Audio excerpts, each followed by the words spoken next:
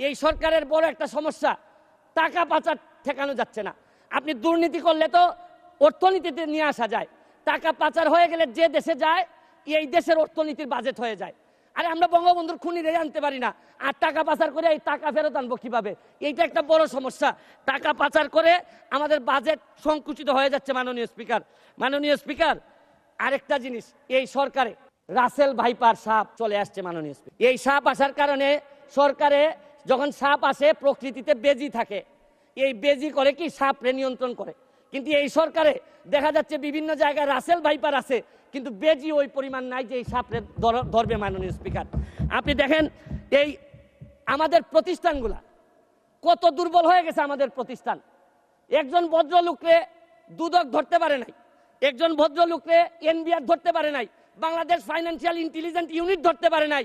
আর NBR এর মতিউর রহমানকে ধরলে একটা ছাগল ছাড়াই এই লোকটা তো আপনি আনতেই পারতেন না। আমাদের এই পানি আগে কখনো বন্যা হইতো না, এইরকম 22-এর বন্যা, 24-এ বন্যা, আমরা একেবারে দেবে গেছি পানির নিচে। মাননীয় স্পিকার, এইটা জানা দরকার যে আমাদের এই ভারত থেকে আসা পানি কোথায় কোথায় বাধা পড়ে, এইটা দেখতে হবে। মাননীয় স্পিকার, অনেকে সন্দেহ করে মিঠামইনের রাস্তাও আমাদের এই দুর্ভোগের কারণ। যদি হয় এইটারও মডিফাই করতে হবে, কারণ একটা জেলারে আপনি সৌন্দর্য দিয়ে আরেকটা জেলা ডুবাই দিতে পারেন না। মাননীয়, যে আমি যত বরাদ্দ এই পর্যন্ত পাইছি, আমি হচ্ছে কি এমপি হিসাবে ট্রাস্টি, এই টাকা জনগণের জানার অধিকার আছে। আমি ফেসবুকে দিয়েছি, হয়তো প্রকল্পের জায়গায় টাকা বলছি, কিন্তু টাকার মধ্যে কোনো ব্যবধান ছিল না, কারণ নতুন জেনারেশন আপনি যা বরাদ্দ পাবেন তা জানতে চায়। এবং আমি বিশ্বাস করি বঙ্গবন্ধুর আদর্শের সৈনিক হিসাবে আমি এই ট্রান্সপারেন্সি আমার মধ্যে এটা থাকতে হবে, এবং আমি এই কথা বলি আমি আমার এলাকার এমপি হয়েছি। এখন আলোচনায় অংশগ্রহণ করবেন মাননীয় সদস্য জনাব সৈয়দ সাইদুল হক, 242 হবিগঞ্জ 4। আপনার নির্ধারিত সময় 5 মিনিট। ধন্যবাদ মাননীয় স্পিকার, শুরু করিতেছি মহান আল্লাহর নামে, যিনি পরম করুণাময় এবং অত্যন্ত দয়ালু। মাননীয় স্পিকার, আমি আমার বক্তব্যের শুরুতেই জাতির জনক বঙ্গবন্ধু শেখ মুজিবুর রহমান সহ এই পর্যন্ত যারা আত্মাহুতি দিয়েছেন দেশের কল্যাণে, তাদের প্রতি শ্রদ্ধা জানিয়ে আমি আমার বক্তব্য শুরু করছি। আমার এই বাজেট বক্তৃতায় প্রথমে আবারও জাতির জনক বঙ্গবন্ধু শেখ মুজিবুর রহমানের প্রতি কৃতজ্ঞতা প্রকাশ করছি যে আজকের যে বাজেট, এই বাজেটের ফাউন্ডেশন কিন্তু উনি 72 সালে দিয়ে গেছিলেন। এইটার উপরেই এখন 1 তলা 2 তলা 3 তলা করে আমরা আগাচ্ছি। এই জন্য ওনার প্রতি আবারও কৃতজ্ঞতা জানাচ্ছি এবং শ্রদ্ধা ভরে স্মরণ করছি। মাননীয় স্পিকার, 8,000 কোটি টাকার বাজেট, আকার বা প্রকারের সাথে আমার বিশ্বাসে ঘাটতি আছে এই বাজেটে, কিন্তু একটা জিনিসে আমার বিশ্বাসের ঘাটতি নাই। এটা থেকে এই বাজেট বাস্তবায়নে যিনি নেতৃত্ব দিচ্ছেন মাননীয় প্রধানমন্ত্রী জননেত্রী শেখ হাসিনার প্রতি আমার বিশ্বাস আছে যে যে ধরনের আকার প্রকারের বাজেটই হোক, উনি অন্তত কোনো না কোনোভাবে আমাদেরকে সামনের দিকে নিয়ে সফল করাবেন, এই বিশ্বাসটুকু আমাদের আছে। মাননীয় স্পিকার, ট্রেজারি বেঞ্চের যারা আছেন তারা হয়তো বলবেন যে স্বতন্ত্র এমপি হয়ে মাননীয় প্রধানমন্ত্রীর বা লিডার অব দ্য হাউসের, আমি কেন এই কথা বলছি যে উনার প্রতি আমার বিশ্বাস আছে, উনারা এটাও জেনে যাক। গত বছর আপনারা জানেন যে শ্রীলঙ্কা যখন দেউলিয়া হয়, তখন সবাই বলছেন যে বাংলাদেশ আর মাত্র সময়ের ব্যাপার, বাংলাদেশও দেউলিয়া হয়ে যাবে। পাকিস্তান যখন দেউলিয়ার পথে, তখন বলছেন আর একটু সময়ের ব্যাপার। ইন্ডিয়া যখন চাপে পড়ছে, বলছেন যে আর সময়ের ব্যাপার। কিন্তু কোনো সময়ই আমাদেরকে অর্থনৈতিকভাবে দাবাই রাখা যায় নাই।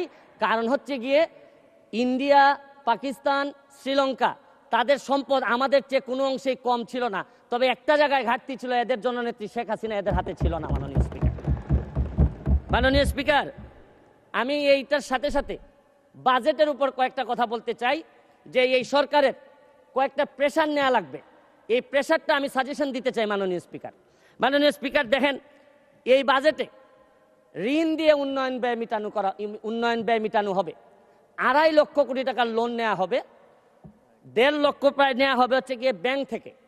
আমি মাননীয় প্রধানমন্ত্রী থাকলে বলতাম যে এমপি হওয়ার পর একটা গাড়ি কিনছি 1 কোটি টাকা দিয়ে, 50 লক্ষ টাকা লোন নিছি সাউথ ইস্ট ব্যাংক থেকে। এই লোন আর লোনের যে ইন্টারেস্ট, এইটার কারণে রাতে ঘুম আসে না। মাননীয় প্রধানমন্ত্রী যে কিভাবে ঘুমাবেন এটা একমাত্র উনি জানেন। প্রায় 2.5 লক্ষ কোটি টাকার ঋণ উনার মাথার উপরে থাকবে সব সময়। আমি আরেকটা জিনিস বলতে চাই মাননীয় স্পিকার, আমাদের বড় চাপ ফরেন রিজার্ভ কমে যাওয়াটা একটা বড় চ্যালেঞ্জ। কারণ হচ্ছে গিয়ে যে বাজেট আপনারা এই সরকার এখানে দিচ্ছেন, আরেকটা বাজেটও আমাদের এই সরকারকে বা এই মাননীয় প্রধানমন্ত্রীকে ব্যর্থ করার জন্য আরেকটা বাজেটও আছে। এই বাজেটের যাতে এই সরকার ব্যর্থ হয় এটার নেতৃত্ব দিচ্ছেন তিনি হচ্ছেন গিয়ে ডক্টর মোহাম্মদ ইউনূস। তিনি চাচ্ছেন এবং তার নেতৃত্বে যিনি সরকার গঠন করতেছেন তার নেতৃত্বে আছে হচ্ছে গিয়ে ডলার। এই ডলার হচ্ছে গিয়ে নেতৃত্বে চাচ্ছে যে আমাদের এই প্রধানমন্ত্রীর এই বাজেট যেন ফেল হোক। আমি আরেকটা জিনিস বলতে চাই, এক্সচেঞ্জ রেট ডেপ্রিসিয়েশন করছেন হচ্ছে গিয়ে রিসেন্টলি আরও 60 টাকা ডলারের সাথে। অ্যান্ড এক্সচেঞ্জ ডেপ্রিসিয়েশন করার কারণে ব্যালেন্স অফ পেমেন্ট যেটা এইটা আমাদের মিটানো অনেক বেশি ডিফিকাল্ট হয়ে যাবে। এইটা একটা বড় প্রেশার মাননীয় স্পিকার। মাননীয় স্পিকার, মুদ্রাস্ফীতি আপনি জানেন যে টাকার দাম কমে যাচ্ছে, কমে গিয়ে 9.5% হয়েছে এই গত 20 মাস ধরে। আপনাদের কাছে তো মাত্র একটা সংখ্যা 9.5%, কিন্তু ফিক্সড ইনকাম যারা করে, যারা নির্দিষ্ট বেতনে চলে, তারা জানে যে মুদ্রাস্ফীতি এই পর্যায়ে 9.5% দিয়ে সংসার চালানো কতটা কঠিন। এটা একটা বড় চ্যালেঞ্জ মাননীয় স্পিকার।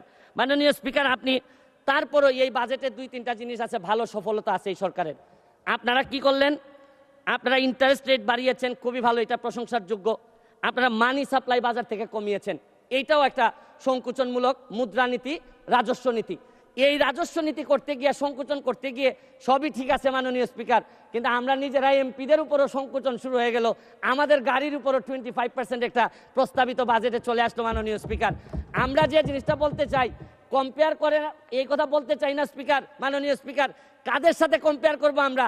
আমার এলাকায় যত অফিসার আছে সবাই এই সরকার গাড়ি দেয়, নতুন নতুন গাড়ি দেয়, আর আমাদের কিনতে হয়। তাও আমারে ট্যাক্স মওকুফ করার কথা 25% এখন দিতে হবে। কিন্তু আমি মাননীয় প্রধানমন্ত্রী হইলে বলতাম, গত পরশুদিন আমি তো গাড়ি পেয়ে গেছি মাননীয় স্পিকার। গাড়ি পেয়ে যাওয়ার বলবেন, আমি গাড়ি পেয়ে গেছি, আমারে তো কোনো ট্যাক্স নেয় নাই মাননীয় স্পিকার। তবে আমি মাননীয় প্রধানমন্ত্রীকে বলবো যে আমি যেহেতু ট্যাক্সবিহীন গাড়ি নিয়েই আসছি, আমার অন্যান্য কলিগরা তো আনতে পারেন নাই। আপনারা, আমি যেহেতু এটা আমাকে ফ্রি দিলেন আর অন্যান্য আমার কলিগরা ফ্রি পাবেন, এটা ডিসক্রিমিনেশন হয় মাননীয় স্পিকার। তারপরে আমি মহান সংসদে বলে দিচ্ছি, তারপরে যদি মনে করেন দেশের স্বার্থে 25% নিবেনই আমাদের উপর, যতই কষ্ট হোক, মানবতার মা উনি, উনার বিরুদ্ধে আমরা কোনো কথা বলতে পারবো না। হয়তো উনি দেশের স্বার্থেই বলেন, তারপরে বলবো যদি উনি নিশ্চিত নিতেই চান, তাহলে আমার টাকাটা আমি কথা দিচ্ছি যে উনি যেদিন বাজেট পাস করবেন এই 25% টাকা আমি নিজে নিয়ে এনবিআর এর কাছে দিয়ে আসবো মাননীয় স্পিকার। তাও আমি চাই না যে আমি যেটা পাইছি এটা আমার কলিগরা পাবে না, এটা হইতে পারে না মাননীয় স্পিকার। মাননীয় স্পিকার, আপনি দেখেন টাকা পাচার এই সরকারের বড় একটা সমস্যা। টাকা পাচার ঠেকানো যাচ্ছে না। আপনি দুর্নীতি করলে তো অর্থনীতিতে নিয়ে আসা যায়, টাকা পাচার হয়ে গেলে যে দেশে যায় এই দেশের অর্থনীতির বাজেট হয়ে যায়। আরে আমরা বঙ্গবন্ধুর খুনিরে আনতে পারি না, আর টাকা পাচার করে এই টাকা ফেরত আনবো কিভাবে? এইটা একটা বড় সমস্যা। টাকা পাচার করে আমাদের বাজেট সংকুচিত হয়ে যাচ্ছে মাননীয় স্পিকার। মাননীয় স্পিকার, আরেকটা জিনিস, এই সরকারে রাসেল ভাইপার সাপ চলে আসছে মাননীয় স্পিকার। এই সাপ আসার কারণে সরকারে যখন সাপ আসে প্রকৃতিতে বেজি থাকে, এই বেজি করে কি সাপরে নিয়ন্ত্রণ করে। কিন্তু এই সরকারে দেখা যাচ্ছে বিভিন্ন জায়গায় রাসেল ভাইপার আছে, কিন্তু বেজি ওই পরিমাণ নাই যে এই সাপরে ধরবে মাননীয় স্পিকার। আপনি দেখেন এই আমাদের প্রতিষ্ঠানগুলা কত দুর্বল হয়ে গেছে। আমাদের প্রতিষ্ঠান, একজন ভদ্রলোকরে দুদক ধরতে পারে নাই, একজন ভদ্রলোকরে এনবিআর ধরতে পারে নাই, বাংলাদেশ ফাইন্যান্সিয়াল ইন্টেলিজেন্স ইউনিট ধরতে পারে নাই, আর এনবিআর এর মতিউর রহমানকে ধরলো একটা ছাগল। ছাগল ছাড়াই এই লোকটা তো আপনি আনতেই পারতেন না।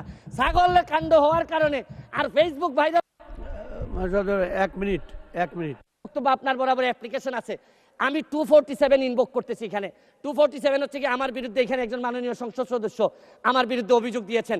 আমার আত্মপক্ষ সমর্থনের সুযোগ দেওয়ার জন্য, আমি সময় দেওয়ার জন্য আপনার কাছে দাবি জানাচ্ছি। মাননীয় স্পিকার, এখন আসেন আপনারা বেনজির কাণ্ড, মাননীয় সাবেক আইজিপি উনি এত বড় হয়ে গেলেন, মন্ত্রণালয় জানলো না, মাননীয় স্বরাষ্ট্রমন্ত্রী জানলেন না। এই বাচ্চাটা এত বড় হয়ে গেল, আর কিছুদিন সুযোগ পাইলে পুরা গোপালগঞ্জ কিনে ফেলতেন এই বেনজির সাহেব।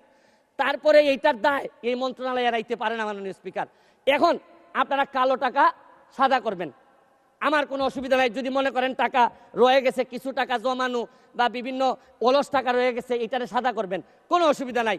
কিন্তু এই সাদা করার মধ্য দিয়া বেনজির আর মতিউরের টাকাও যদি সাদা হয়ে যায়, আর এদের ভবিষ্যৎ প্রজন্ম উত্তরাধিকার, আদর্শের উত্তরাধিকার যারা, তাদের টাকাও যদি সাদা হয়, তাহলে এই দেশে সময় শেষ, 1 মিনিটে শেষ করুন স্পিকার। মাননীয় স্পিকার, এরপরে আমি বলতে চাই, মাননীয়, আমি সিলেটের মানুষ, আমার সিলেটে আমি যখন বক্তব্য রাখতেছি লক্ষ লক্ষ মানুষ পানিবন্দী। আমি আপনার মাধ্যমে মাননীয় প্রধানমন্ত্রীর কাছে দাবি রাখতে চাই, একটা হাইড্রোলজিক্যাল একটা রিসার্চ করেন। আমাদের এই পানি আগে কখনো বন্যা হইতো না, এইরকম 22-এর বন্যা, 24-এ বন্যা, আমরা একেবারে দেবে গেছি পানির নিচে। মাননীয় স্পিকার, এইটা জানা দরকার যে আমাদের এই ভারত থেকে আসা পানি কোথায় কোথায় বাধা পড়ে, এইটা দেখতে হবে। মাননীয় স্পিকার, অনেকে সন্দেহ করে মিঠামইনের রাস্তাও আমাদের এই দুর্ভোগের কারণ। যদি হয় এইটারও মডিফাই করতে হবে, কারণ একটা জেলারে আপনি সৌন্দর্য দিয়ে আরেকটা জেলা ডুবাই দিতে পারেন না। মাননীয় স্পিকার, আমি হাইড্রোলজিক্যাল স্টাডি এবং এই স্টাডির ফলাফল আমাদের সামনে নিয়ে আসার জন্য দাবি জানাচ্ছি। মাননীয় স্পিকার, মাননীয় স্পিকার, একজন সংসদ সদস্য আমার ব্যাপারে অভিযোগ তুলছেন যে আমি যে বরাদ্দ পাই এইটা ফেসবুকে দিয়ে দিছি। 25 লক্ষ টাকার 25 কোটি টাকার কথা বলা হয়েছে। আমি বরাদ্দ, মাননীয় সদস্য, আজকে বক্তার তালিকা অনেক বড়, 1 মিনিটে শেষ করুন। আমি শেষ করে 1 দিব। মিনিটে শেষ করুন। আমি বলতে চাই যে আমি যত বরাদ্দ এই পর্যন্ত পাইছি, আমি হচ্ছে কি এমপি হিসাবে ট্রাস্টি। এই টাকা জনগণের জানার অধিকার আছে। আমি ফেসবুকে দিয়েছি, হয়তো প্রকল্পের জায়গায় টাকা বলছি, কিন্তু টাকার মধ্যে কোনো ব্যবধান ছিল না, কারণ নতুন জেনারেশন আপনি যা বরাদ্দ পাবেন তা জানতে চায়। এবং আমি বিশ্বাস করি বঙ্গবন্ধুর আদর্শের সৈনিক হিসাবে আমি এই ট্রান্সপারেন্সি আমার মধ্যে এটা থাকতে হবে, এবং আমি এই কথা বলি আমি আমার এলাকার এমপি হয়েছি। মাননীয় স্পিকার, আমি মাননীয় প্রধানমন্ত্রীকে চিনি। আমার একটা বিশ্বাস, সব দুর্যোগের মধ্যেও উনি আমাদেরকে পার করাবেন, কারণ আমাদের মাননীয় প্রধানমন্ত্রী বঙ্গবন্ধু কন্যা, উনি এমন এক পাখি যিনি ডালের উপর বসেন ঠিকই, কিন্তু তার ভরসা ডালের উপর না, তার ভরসা পাখার উপর। কারণ বিশ্ব ব্যাংকও ভাবছিল যে ডাল ভেঙে উনি পড়ে যাবেন, পদ্মা সেতু বানাইতে পারবেন না, কিন্তু ঠিকই ডাল ভাঙার কারণে পড়েন নাই, নিজের পাখা দিয়ে ঠিকই বিশ্ব ব্যাংকে। ধন্যবাদ মাননীয় সদস্য, আপনাকে অসংখ্য ধন্যবাদ।